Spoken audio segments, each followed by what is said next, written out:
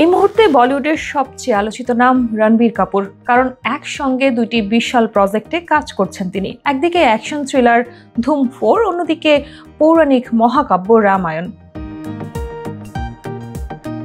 প্রথমে শোনা গিয়েছিল ধুম 4-এ থাকবেন শাহরুখ খান আর রামায়ণে ভগবান রামের চরিত্রে ঋত্বিক রোশন, কিন্তু সব জল্পনার ইতি টেনে দুই চরিত্রই এখন চূড়ান্ত রণবীর কাপুর। ধুম 4-এ তার চরিত্র আগের ভিলেনদের মতো নয়। এখানে থাকবে মেধা, পরিকল্পনা আর কৌশল। ঝলমলে গ্ল্যামার নয়, বরং থাকবে মনস্তান্ত্রিক গভীরতা। ছবির শুটিং শুরু হচ্ছে 2026 সালের এপ্রিল থেকে।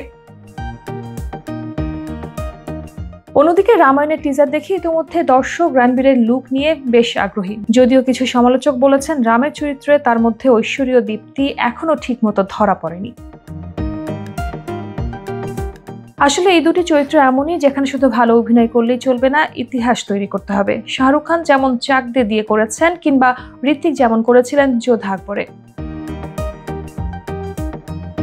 তবে এই নিয়েই রয়েছে দ্বিমত। কেউ বলছেন এটা রণবীরের জন্য এক বিশাল সুযোগ, আবার কারো মতে জনপ্রিয়তা টানতে গ্ল্যামার নির্ভর কাস্টিং এর ফল হতে পারে উল্টো। ফলে এই দুই চরিত্র এখন রণবীরের জন্য যেমন হতে পারে সাফল্যের সিঁড়ি, তেমনি হয়ে উঠতে পারে ক্যারিয়ারের সবচেয়ে বড় ঝুঁকি।